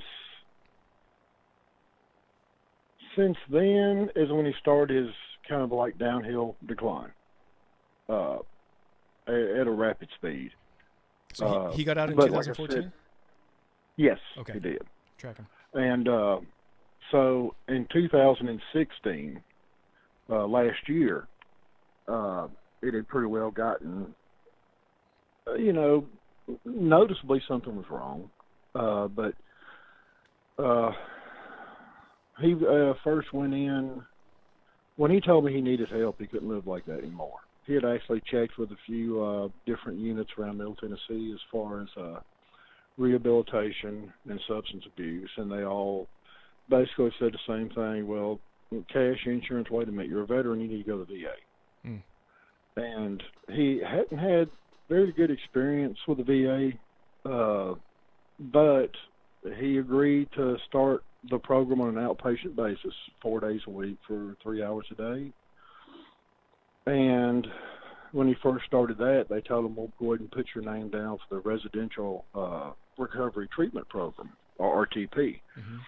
And so after about a couple of weeks, he was thinking, any day he was going to go into the RTP. And so after a couple of weeks, they told him, well, go ahead and put your name in. And he told them, he said, well, I thought my name was already put in. They said, no, we'll go ahead and put it in now. Well, that he actually just kind of, he lost a lot of faith right there. And so one afternoon, on top of all the medication they'd given him, he decided to get a bottle of whiskey. And by the time it was over with, he has been arrested for DUI and went to jail. And he decided just to sit there for 3 weeks until, his court date come up. And he and I talked, and he said, no, I need to be here. And I said, I really need this. He said, if I can't get in the treatment program, I might as well be here. Oh, my gosh. And so actually he went to court, and they put it through Veterans Court and asked him if he agreed to go to the treatment program. And he said, you mean I had to go to jail to get what I wanted? So, yeah, that's how he wound up in the treatment program. He went in October 6, 2016. I didn't realize he had to go through jail to get there. God. He didn't either. That just happened to be how he finally got in. That is the truth about how the VA works in a sense, is an arrest due to post-traumatic stress issues, right? It gives them a reason to expedite your care or your service because you're being arrested or you're being homeless. Those types of issues specifically have helped me in my disability case to get the VA off their tail end and actually working to help me get squared away. But the veteran literally does have to be homeless in a lot of cases or go to jail because of service-connected issues in order to get the VA's attention. I just had a crazy that's a shame. It is. It's terrible. That's the way you expedite it. It's in a sense they've had to let you get to the point where they've failed you so much that you're being put behind bars when all you really needed was the help. So now, exactly, and that's all he went for. Ay. So in the video that we played, he mentions that the VA is making an example out of him, and this right here, this situation in itself is an example of failings, and I had this crazy light bulb that it was designed that way to put a veteran through this situation to end up in jail so that they can get VA treatment for statistics and money purposes. But I'm not going to go down that rabbit hole right now. So from jail, did he go back to the VA? Yes, he actually went. There was only a 4-hour lapse. He was released from jail at 5:30 that morning, October 6th, and I picked him up. We gathered some of his clothes up,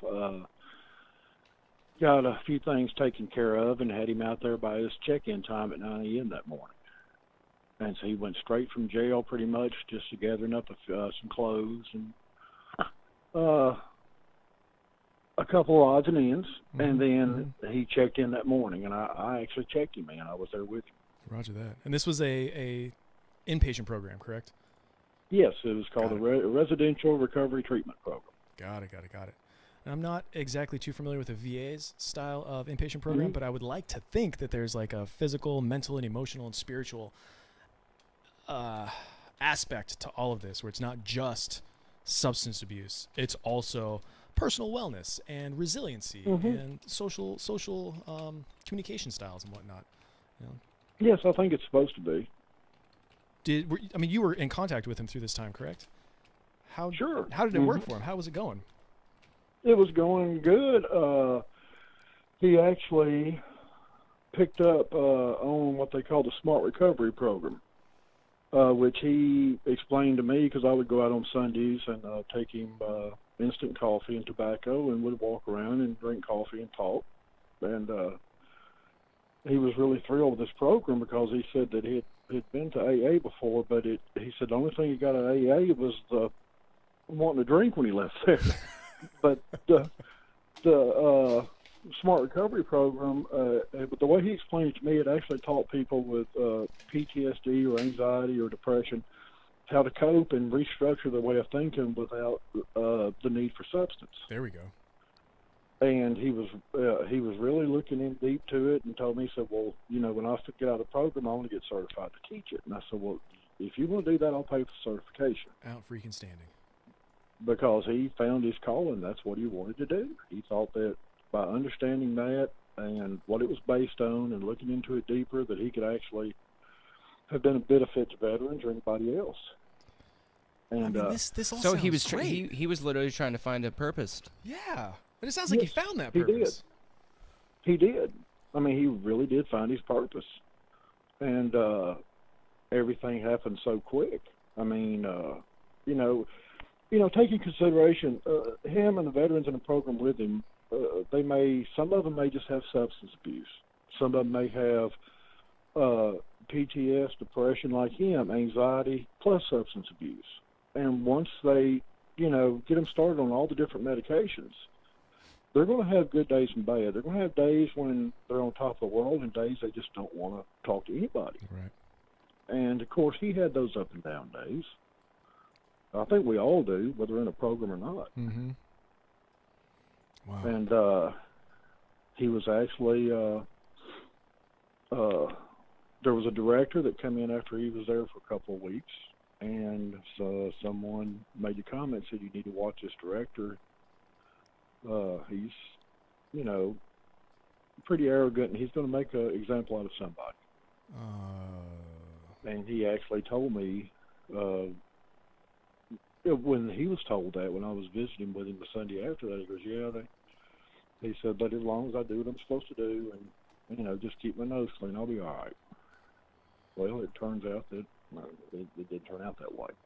So what led, again, he sounds like he was finding his calling, finding his passion, and now has a mission, which is something that without that, the factors and the risk of suicide just increase.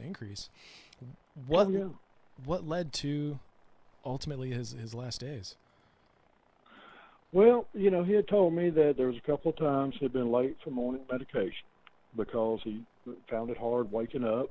He didn't have an alarm clock. They couldn't have their cell phones. I don't know all the specifics behind it, but he had told me beforehand that he had been late for his morning medication. But no, we're not talking hours. We're talking minutes. And that there was a class he went into, and that one day that he just felt real anxious and just wound up, and he listened to him for a little while, and he had to leave. And, anybody with anxiety issues understands that happens. Heck yeah, that's happened to me.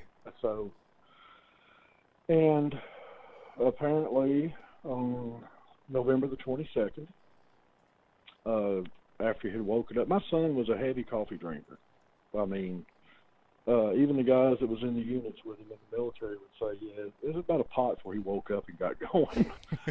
And so I don't know if you guys have ever smoked or had to drink coffee, but in the mornings, that's the two things that you can't function unless you've got your system, is your cigarette or a cup of coffee, or 2 cups of coffee. I hear that. And that morning, he told me that he had walked outside and was smoking, and one of the members of the staff hollered at him, told the director wanted to speak with him when he went in, that they basically didn't like some things he had done, which I later found out was missing or being late for the medications in the morning, and just kind of stepping out standoffish and walking out of the program. He was with his issues, and but he didn't fully understand, because I went out there that night. When they discharged him that day, the VA did not notify me, and I was his next of kin. I would have found out unless it was his ex-girlfriend sent me a text. his ex-girlfriend, and told me that they'd kicked him out. And I was like, what? I mean, I live 2 minutes away from the place. So me and my wife drove out, and I thought, well, I'm going to drive around campus till I found him. And sure enough, I found him sitting in the smoking area out in front of the building that he'd been kicked out of. And I walked up and asked him, you know, what happened. And he said, I told you that they was going to make an example out of somebody, and it was me. For something so small and trivial. Yeah, I mean, he just looked really let down. I mean, you know, like he got stood up for a prom date or something. You know, that look and that demeanor. Okay. And I talked to him, and I said, well, come on. You can't stay here. He said, yes, I am. He said, I don't want to leave the campus because in the morning I want to go to the patient advocate and the director of the campus and talk to him about getting back in. He said, I'll sleep in the emergency room tonight. He said, but I don't want to leave the campus. It could jeopardize it. And so there were 2 or 3 times that I told him. I said, you need to, you know, come on, let's go. I'm not going to feel comfortable leaving you here. And he said, no, I'm going to be fine. He said, I'm going to sleep in the emergency room tonight. And he kept assuring me. He said, you know, they threw me out like garbage, like I didn't mean anything. He said, I served my country. I done what I was supposed to do. All I needed was some help. And just for a little bit of nothing, they threw me out like garbage. And he was struggling with that, but he refused to come with me. See, in John's mind, he was homeless because at his age, he hadn't, you know, basically secured his own home. But we had a bed here for him. I was not going to, you know, say, no, you can't come home, son. You got to stay here. No, I went to get him because it was coming up Thanksgiving weekend. And we actually worked together also. And so every time we parted ways, at work or wherever, we'd hug each other and say, love you, bub. Yep. And so I can honestly say the last thing I done was hug my son and tell him I loved him. But before I walked off, I turned and looked at him. I said, you're not thinking about doing anything stupid, are you? He said, no. Why would I? How could I? I said, well, I'm just going to be worried. Just stay in touch with me tonight and tomorrow. Let me know what's going on. So we stayed in contact over Facebook Messenger up to about 9 that night. And one of the last things we said to each other, I told him, I said, don't make me, you know, worry about you tonight. But, of course, I am anyway. And he responded with, you always have, bub. Next morning I got up. And my wife told me that he had made a video, and this was about 5:30 or 6. She said, he made a video last night. I said, about what? He said, well, he's pretty mad at the VA. He, you know, calls him out. And I was trying to wake up, so I sent him a message, and I said, keep me posted on everything you do today. And then something else I can't remember, but he never read it. And, of course, at between 9 and 9:30 that morning, I got a call from a sheriff's detective that said they needed to talk to me. Oh, my gosh. So I told him where I worked. And when he came over, another guy got out of the car with him. And as they walked up, I noticed the other guy was a VA chaplain. That's when I knew something wasn't right. I hate to do it, but I'm gonna pause you right there because we're going to take our last break. And when we pick up, we'll pick up right from this very spot. This is the Veterans Take Charge radio show. We're on KSCO, the Military Appreciation Channel. We're on YouTube and Facebook. We're talking on with David Toombs, father of John Toombs. We'll be right back.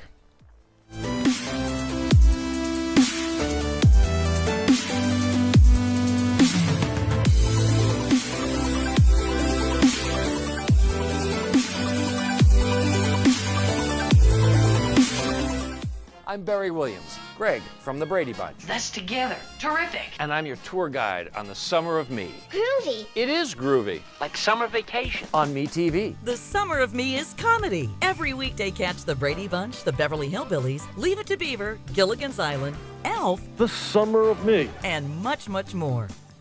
MeTV is only on KYMB Channel 27.1 and Comcast Cable Channel 19.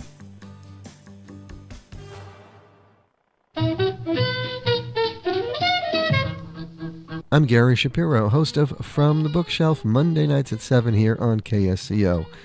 And this week my guest is Joshua Levine. He's a historian who served as historical consultant on Christopher Nolan's film Dunkirk. And Joshua Levine has written a book called Dunkirk, The History Behind the Major Motion Picture. And we'll talk all about it this Monday night at 7 on KSCO, From the Bookshelf with me, Gary Shapiro.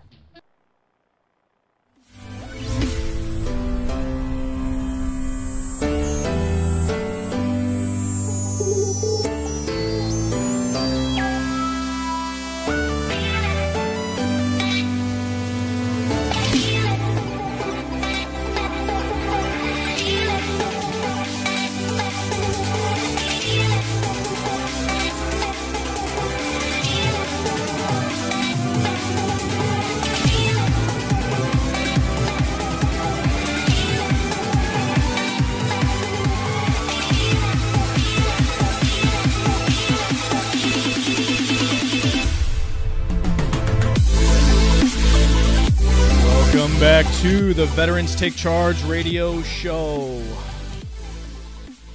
Did you know we're on the Military Appreciation Channel? I did. Yeah. I hope everybody else knows that we're on the Military Appreciation Channel. I typically only listen to the show on AM 1080, though. Hey, I hear it.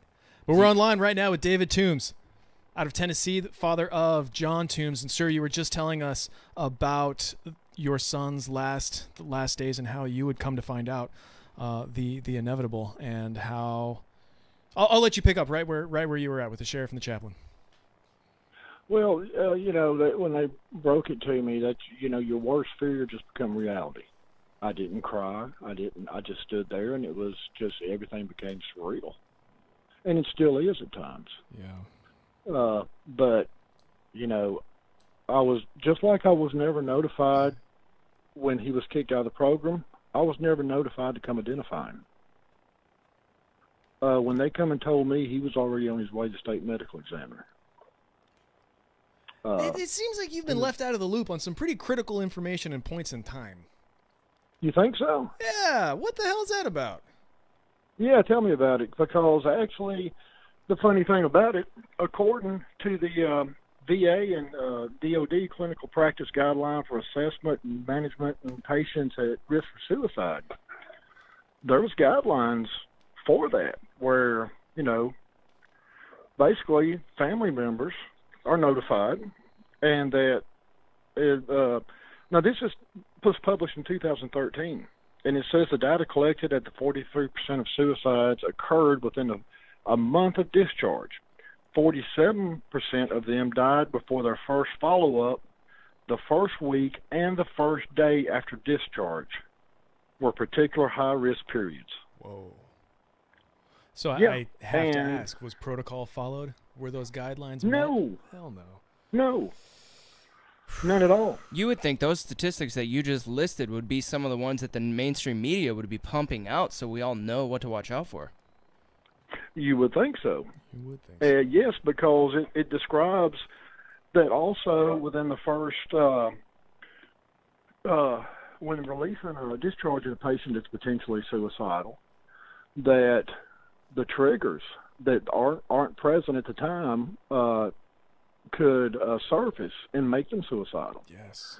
And when they say, well, we didn't know he was suicidal, well, between 2013 and 2016, as far as the VA rates you from high to moderate to low suicide risk, he was up and down like a Richter scale. Wow. He went high risk, moderate risk, low risk. The day he was discharged, some of the advisors didn't even get to interview him for his discharge. No exit interview or anything like that? Yeah, no, only a couple of them did, and one of them listed him as moderate, the other one listed him as low. But even if you're a moderate risk, yeah, if you at any point while seeing the VA was at risk, period, that protocol should be followed. So now all of this stuff is kind of fuel for your current mission. Is that correct, sir? Yes, sir, it is. Now, it is because my son, the video you just heard, he wanted, and he says, how to know how veterans are treated around there. Mm-hmm. And in the suicide letter he wrote me, he actually said, you know, maybe from some lives will be saved, I surely hope. And between the video and what he wrote me, it just struck a chord that, you know, he had his last message. And that's not where it should end up is with him. It should just keep going. Yes. Until, you know, and since then, all the horror stories I've heard from veterans. And don't get me wrong, I'm not anti-VA. I really have high hopes of VA, especially after the, you know, the president signing the Accountability Act. Yep. I really, and like I told the group down in Biloxi last week at the gala for the Spartan Alliance Warfighter Gala. Yes, thank you. Brain dead. The VA should be such a high standard that hospitals like Vanderbilt, they should look to the VA for guidance and advice. They should be the best hospitals in the nation. But why are they operated like, you know, an Appalachian community clinic in places? Yeah, I totally agree with you. That is a perfect point. Is the American Veterans Administration ought to be the best hospital on earth. Yes, and I talked to veterans that, you know, one guy just as it wasn't even 3 weeks ago, went for his appointment one morning. His doctor had alcohol in her breath, and when he called and when he called the director's office, they said, "Well, you need to file a police report." So he filed a police report and a congressional report with our local congressman. Wow. And here's the problem, guys, and I'm sure you've heard this before, and I've witnessed this with myself, because just trying to get my son's death benefits, which is basically funeral costs, we filed in December. We've gotten 3 different packages in the mail from the VA. Well, you forgot to sign this. We can't accept electronic. We need your signature. We need this much more information. Oh, by the way, you filled out the 2014 form when you should have filled out the 2015 form. Our mistakes. Now you got to fill it out again. That buys them another 6 months before they actually have to give you the money. Yes, and it's been, I mean, going on 10 months now, and my wife made a comment the other day that this has got her so frazzled just dealing with this. Yep. She said, "Can you imagine how a veteran feels trying to get his appointment or trying to get, you know, his?" And I've actually talked with a veteran that he couldn't walk on his artificial leg, and he was trying to tell the VA, you know, could I get one of the kind that helps you walk? And they kept, and he was before Christmas literally to the point of suicide when I talked to him. And we finally got it straightened out through some help, and they finally got the right leg he needed. But that's the cases I'm talking about, the veterans that are just so tired of being shoved aside and treated like, you know, homeless people, and just treated like, you know, your freaking scrap. homeless people shouldn't be treated like that, right? That's right. And that's what I'm working toward, is hopefully some kind of VA reform to where people that have become so complacent with their jobs over the years can be fired, and hopefully ex-military personnel brought in that knows how veterans feel, knows how they think. Yes, and knows please. the medical field. Your son would have excelled at a position like that, because look at the job he was after. It was going to help veterans. Yes. I mean, we thrive in the environment where we can help each other. And to be honest, the VA just needs to get the F out of our way and let us build it the way we need it to be, because it's clear that after 400 years of history of a VA-type system in place, they're not capable of setting it up the way that we need it to be so that most of us can thrive in the healthcare system that we have. Yes, because, I mean, you're right, and there's a lack of communication between VA centers like. I agree. I absolutely agree. I've been saying that for years. I have three different locations I go to for different types of care, and one of them has 2012 notes on me, one of them has updated notes on me, and none of them are talking to each other. Oh, that's right. Oh, no, they don't talk to each other. They'll send it by mail, and they won't, if they don't ask for the right thing, they're not going to voluntarily send the right thing. So you're back to square one like we are. And it's the level of frustration that I hear from veterans when I talk to them is, literally on the line of giving up. And it's not because the rest of the world's treating them bad. It's because the people that's supposed to be taking care of them aren't treating them at all. Oh my gosh. They're shuffling them. Yes. I'm gonna try and hunt the good stuff right quick, because there are some people like this. Your mission is so strong. And there's so many people on the same warpath as you. And for instance, the Iraq and Afghanistan Veterans of America in 2015, they passed the Clay Hunt SAV Act, and this was a way to help improve access to care and improve accountability for the VA in terms of behavioral health and whatnot. There are very strong personnel in that way. One of my old commanders, Colonel George Patron, who I recently reconnected with, his son also took his own life. George was a full-bird colonel when this happened as a pediatrician, and has also taken up the torch of suicide prevention and awareness, and currently now is very strong in that mission. If you don't mind, I'm going to link you two up in the very near term. That would be great. We interviewed a father of a female soldier who was sexually assaulted in the service. We did this interview 2 or 3 months back now. Oh my gosh! There's a third one right there that we can Dr. plug Ron in as Gellis. Dr. Ron Gellis, who we also need to get back into the program. And also Robert Kowalski. Robert Kowalski is one of our battle buddies in Ohio who's working on a patent for a little device similar to a keychain, like the car clicker on your keychain. And it's something like the Life Alert, where if a veteran who has this piece of equipment is feeling suicidal or depressed or issues or challenges, all they have to do is press one button, and that one button sends out a notification to 5 pre-selected personnel in that in that little thing. And then those 5 personnel get that little notification. You say, whoa, Dave is feeling kind of roughed up. I should go give him a call or something along those lines. Oh, that's great. These are the things. What I hate about all of this is all coming in response to loss. This is coming in response to failure. I wish that the VA and the federal government, for that matter, would be more proactive about things like this. On that, you can't really expect them to be proactive. We're not even really reactive to it. What is your opinion on why they're not ahead of this problem? Job complacency.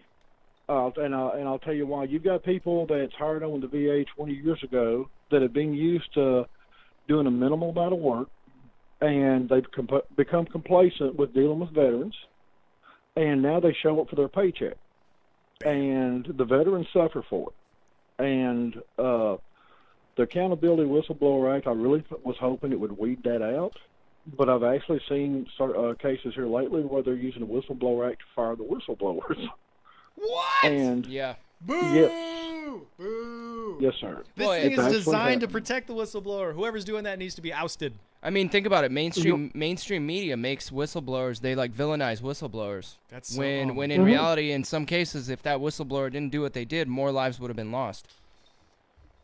Exactly. And I mean, I've seen it. It's happened here. I've talked to a couple of people it's happened to. We've read about a few cases it's happened to. And like I said, I was hoping that when the president signed that bill into law, that it was going to allow Secretary Shulkin to do his job, but I wish he would start really doing it. But the problem is, you've got levels of, just like any place, levels of undermanagement who look good by not breaking the bad news to upper management, and they hide things and sweep things under the carpet. So upper management, like your facility directors, all the way up to Secretary Shulkin, they don't hear 100% of the bad news, because the old adage, don't shoot the messenger, still applies. Yeah, I mean, it's compartmentalization, I guess you could say. But at the same time, it's his job to know how deep the rabbit hole goes, especially if he's the one that's being paid to solve the problem. So in a sense, like when they say, well, I didn't hear it. Well, you should have been asking. You're the boss. You should have known the depth of this issue. So part of the Clay Hunt Act is about annual reporting, and things that are in the annual report are description of the program being a suicide prevention awareness program, the number of veterans served in that program, what the program budget is, the full-time equivalent of employees who are assigned to that program, and if the veterans have the ability for repeat participation, or if they're currently in other similar programs. There's also research and results of the program's efficacy, and then other information deemed appropriate by the Secretary. Now, granted, this thing is only 2.5 years old, but I would love to think that once these reports start building their momentum, that Accountability and Whistleblower Act can come much more useful. When those reports, that would be great, because that's when I really think we'll start to see the VA become the facilities that they're supposed to. And freaking better. Give the veterans the attention they need, and once that starts happening, the suicide rate's going to start dropping, because when they reach out and they ask for help and they're refused or put on an appointment 6 months from now when they're on a thin wire right then, that's not very beneficial to them. Seriously. Yeah. Have you by any chance taken part in any like support groups on social media like Facebook for the survivors whose veterans have committed suicide? I mean, is there support groups for groups of people like yourself? Because I feel like if we could see how many of you there are, you know, that puts a real number on it. And there's no doubt. I mean, I'm reading 2012 statistics on Wikipedia right now. 6,500 U.S. veterans committed suicide in 2012. So 176 soldiers were killed in combat. 177 active duty soldiers died by suicide in 2012, and 6,500 of us took our own life.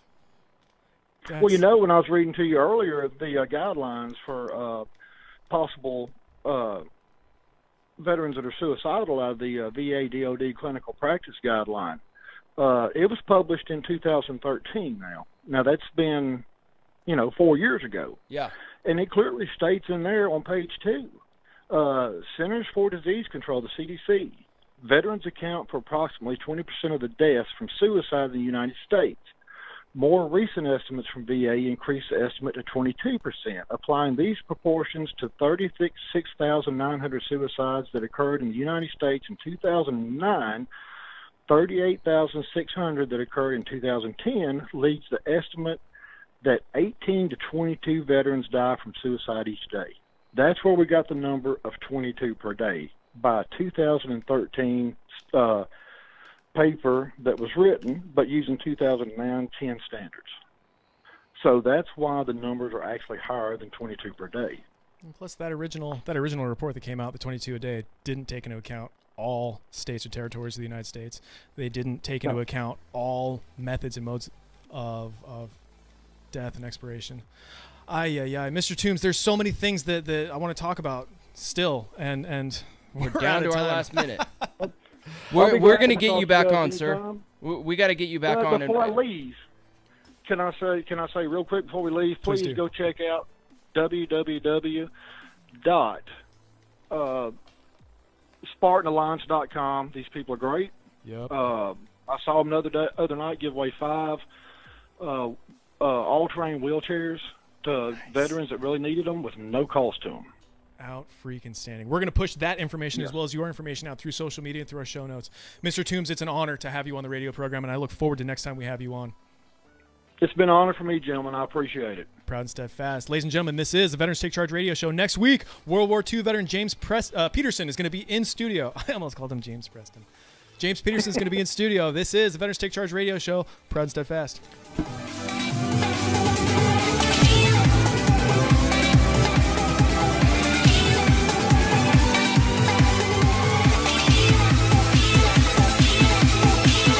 KSCO, Santa Cruz.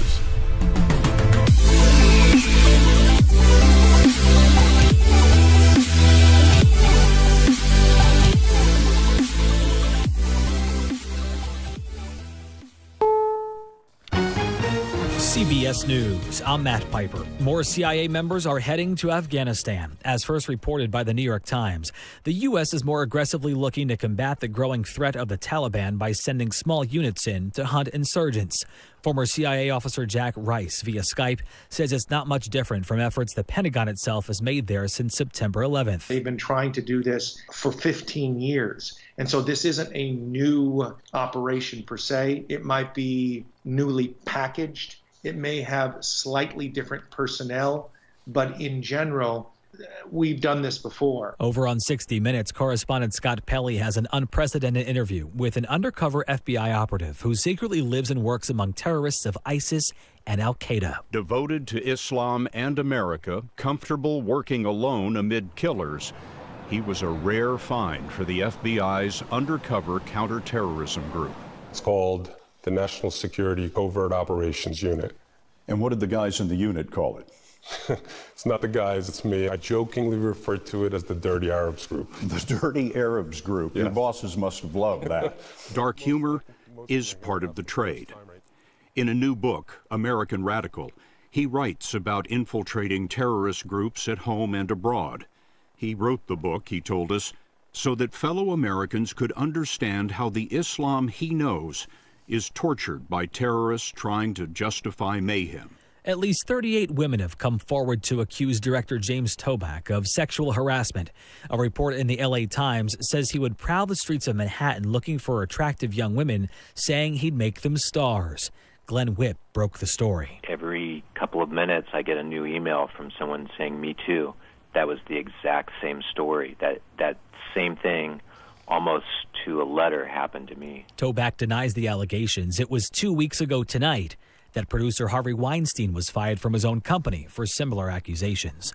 On Face the Nation, White House Director of Management and Budget Mick Mulvaney says the Republican Party has to get its act together when it comes to big hurdles like health care and taxes. You've got Republicans who have promised to repeal and replace Obamacare. They haven't done that yet on the Hill. You've got Republicans who have promised to do tax reform. Now, we had a huge step in that direction this week, and I think we're making a lot of progress on it, but we haven't done that yet. There's a lot of things we haven't followed through on a party. You've seen the president act with a great deal of frustration in reaction to that. Reports of as many as 4 tornadoes this weekend in and around the Norman, Oklahoma area. Billy Herron lives there. At least there's still some buildings standing, so we'll make it.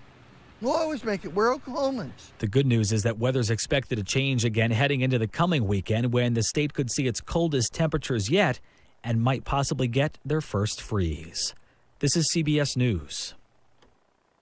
At our home, winter nights are complicated. Either I end up freezing, Or I'm sweating. Hi, I'm Missy Tannen. And I'm Scott Tannen, founders of Boll & Branch, the world's most comfortable sheets. And now, we've created the world's first luxury flannel bedding, available for a limited time at bollandbranch.com. Try them risk-free for 30 nights. Go to bollandbranch.com today for $50 off your first set, plus free shipping with promo code SLEEP. Spelled B-O-L-L and branch.com. Promo code SLEEP.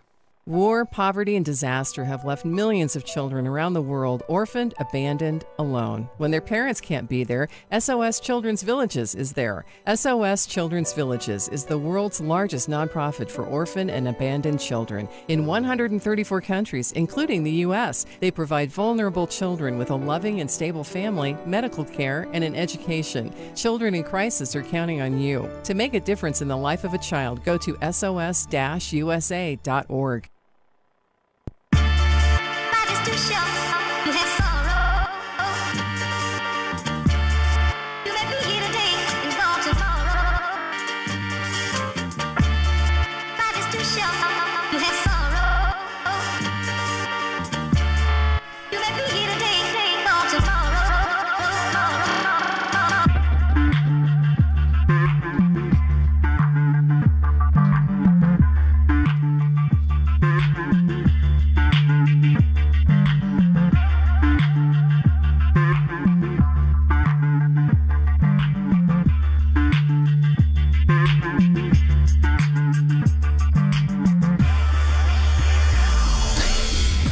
Good evening, you're listening to AM 1080 KSCO, Santa Cruz 605 on a Sunday. Hope everyone's doing very good out there. I'm Jason Struby. It's time for your traffic report. Southbound 101, Nightmare City, past Gilroy. You got like 4 crashes or 5 crashes all in a row between Gilroy and San Juan Highway. Major traffic, northbound and southbound there. Also, northbound to Morgan Hill, traffic jam city. Northbound 17, traffic jam city from the Legs to Las Gatas. And Highway 1 is clear. Southbound all the way to Carmel, northbound all the way to Santa Cruz. 6:05 up next, Golden Age of Radio, Lights Out, followed by Dragnet, right here on KSCO.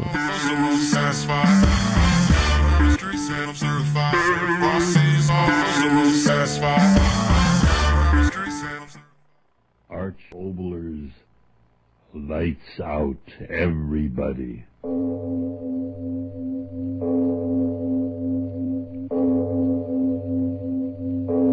It is later than you think.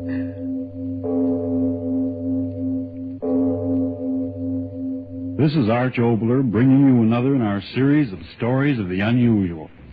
And once again we caution you, these lights out stories are definitely not for the timid soul. So we tell you calmly and very sincerely, if you frighten easily, turn off your radio now. Cut one.